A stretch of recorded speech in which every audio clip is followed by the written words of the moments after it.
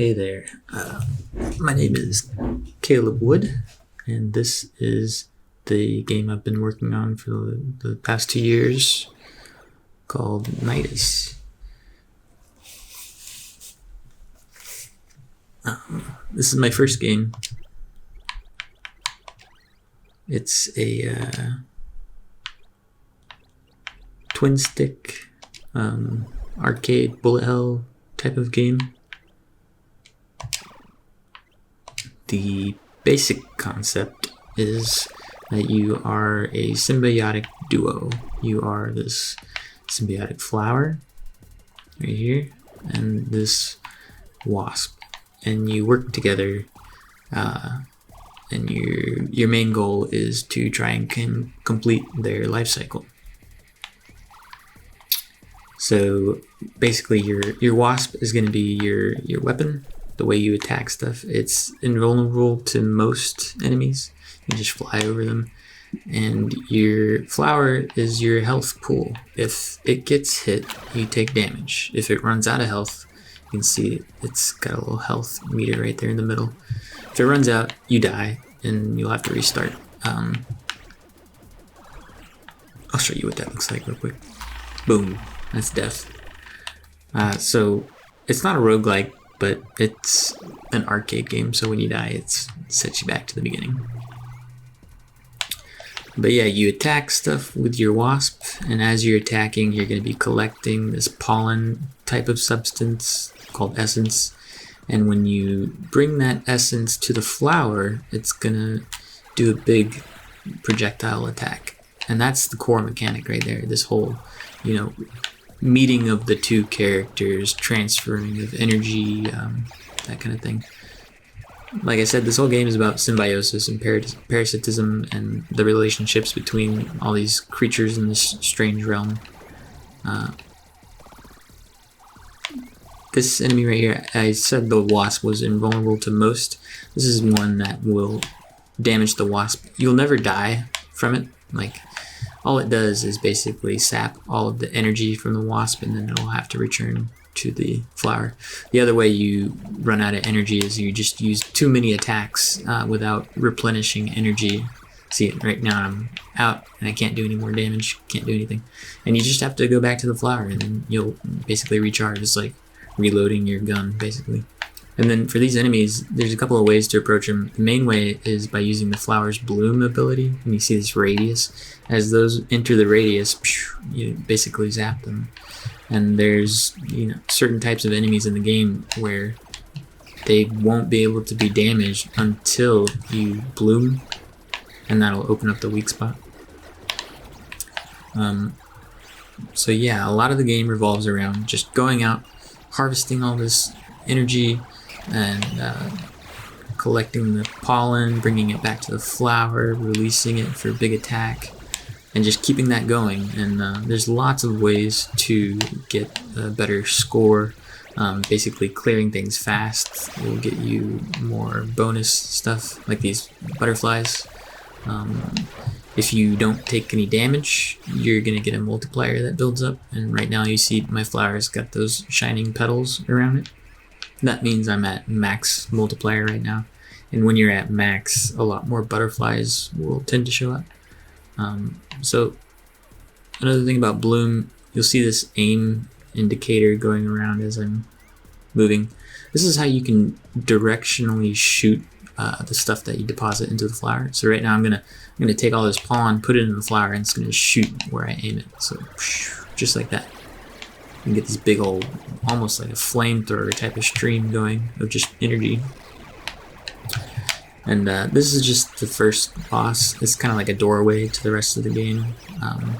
Not really very challenging, but just sort of the climactic moment. Now this is the upgrade system. So every time you beat a boss, you're gonna have to choose which of your characters you want to upgrade. In co-op, that might be a point of contention for the two players, or maybe they'll play nice and trade off. There will be 6 of these in the game, and basically if you upgrade the flower, you're gonna get more defense, and if you upgrade the wasp, you're gonna get more offense. So I'll show you what defense kind of looks like. You just collect it. So now I have this little orb that's floating around my flower, and that's gonna basically explode if it touches anything, which will kill a bunch of enemies. So it's kind of have like, you got this little mine that you can use, and it will just, keep you from getting hit. And the more you upgrade, the more of those you get. This is the level selection zone, and there are 5 worlds in NIDUS. Each world has different enemies and specific bosses. And basically, to beat the game, you have to go through all of them. And right now, you see this has a little light right there on this container. That's just indicating that we have beat one boss, the tutorial boss. And so all of these worlds are at level 1. And depending on the order that you go through, every time you kill a boss, all these worlds are gonna upgrade. So if you got 2 bosses killed, then all of these will have 2 lights. And then if you've got all the worlds destroyed, whatever world you take on last is going to be the strongest, and its boss is going to be fully upgraded, and those are called exalted bosses. And it's a bit of an achievement system tied into that. But I'll go ahead and show you what a world is like. It's similar to the tutorial. There's waves, and then there's a boss at the end. This game is a great game for people who like to test their cognitive abilities, or brain processing speeds, because there's a lot going on, and for me it's very easy to get locked into a flow state, because I tend to want a higher challenge in games, and if things are too easy, I'll kind of get too bored. But NIDUS has enough going for it that there's all these micro decisions that you're making in rapid succession, and it can really lock you in.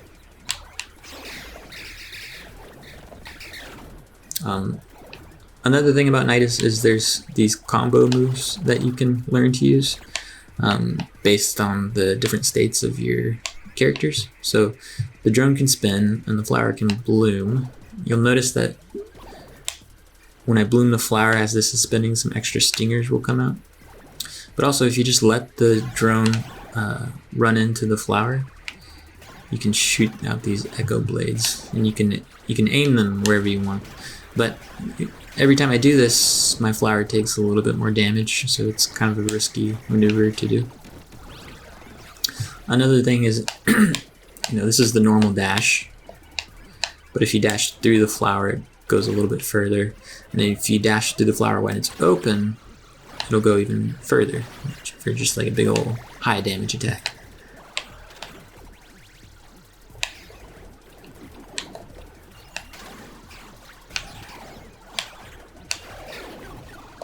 You can also just, there's one casual technique where you can just basically hold down the drone's spin attack, and it'll kind of auto aim for you and go to whatever enemy is closest.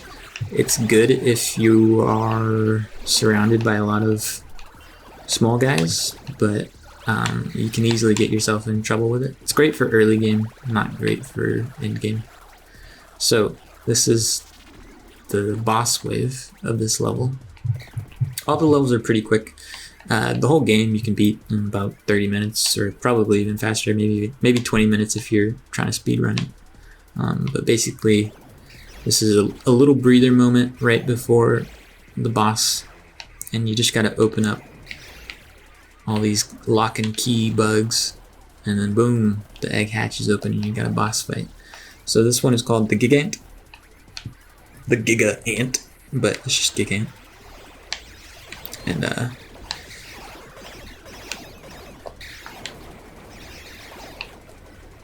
lot of the bosses are pretty spooky looking, kind of designed for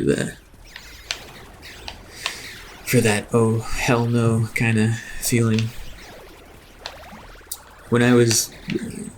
I've been drawing for a really long time. I'm 35 now, but even when I was young, I used to draw creepy bugs. So NIDUS is kind of like my love letter to all the nightmares and creepy bug drawings that I've had over the years.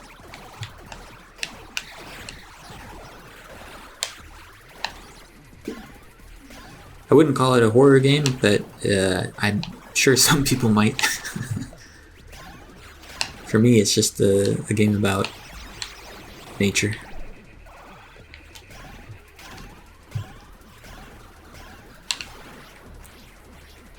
Each boss has some different gimmicks. This guy, you'll notice he's got those antennas right there. It makes it really hard to get at the weak spot. But you can use, echo blades or try to even dash through it to get there. Now I just upgraded my wasp, and now I've got some stronger stingers, and my spin attack is upgraded, and probably yeah. I'll show one more level. Go up here.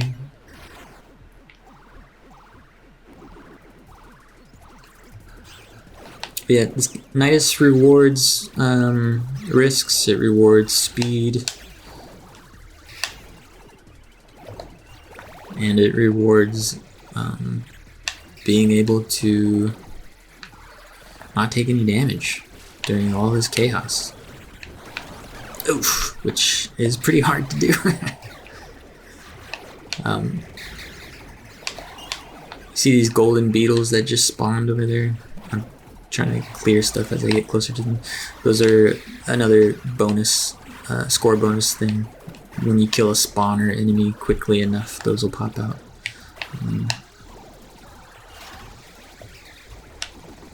And you've probably noticed by now, but there's these little blue pupa guys that come out. Whenever you mark an enemy with the flower, that enemy will spawn a little pupa that you can hatch open into a nymph. They've got a time limit on them, so you can't just let them sit around. You have to wake them up with the flower. It's just a little extra score. They'll go out and grab essence and bring it back to you.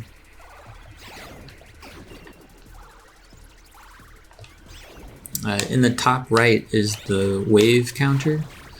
It's got those little pincers that open up, and then the top left is your score tracker and power tracker. Which you'll see I've got one upgrade in both the flower and the wasp.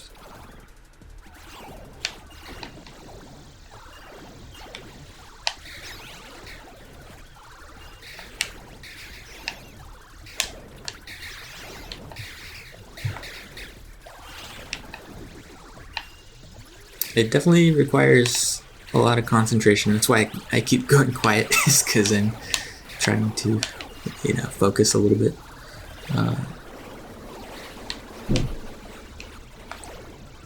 The game can very easily overwhelm you, and it's definitely a game that takes some practice to get used to, especially for single player. Co-op, you can kind of hit the ground running. It's just hard to collaborate with whoever you're playing with, because you guys kind of move in lockstep almost. You can't move forever. There's a certain distance that your characters can move apart from each other, so that tension is what puts a lot of pressure on co-op play.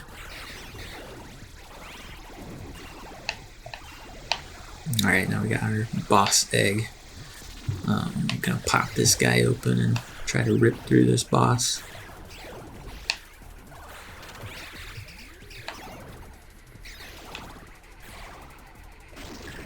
There we go. This one is called the Hoplite, and it was the first boss I made, and still probably the nastiest. You can absorb these bullets by spinning into them with the bug.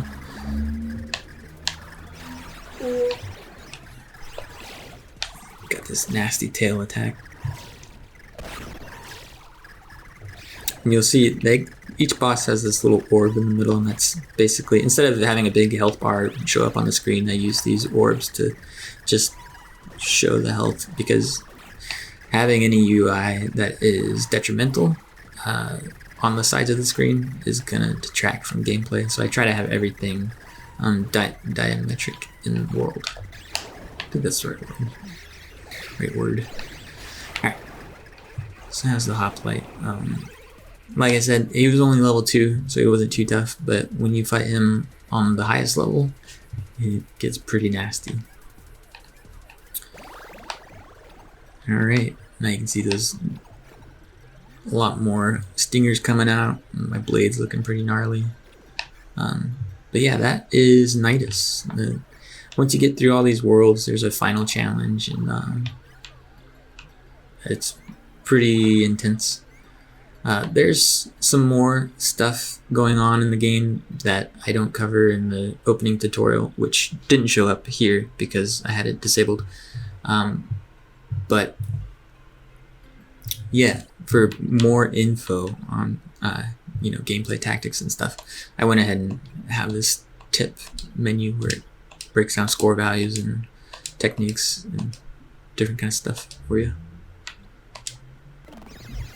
That is NIDUS. Thank you for watching, and hopefully you get a chance to play soon. Alright, thanks. Bye.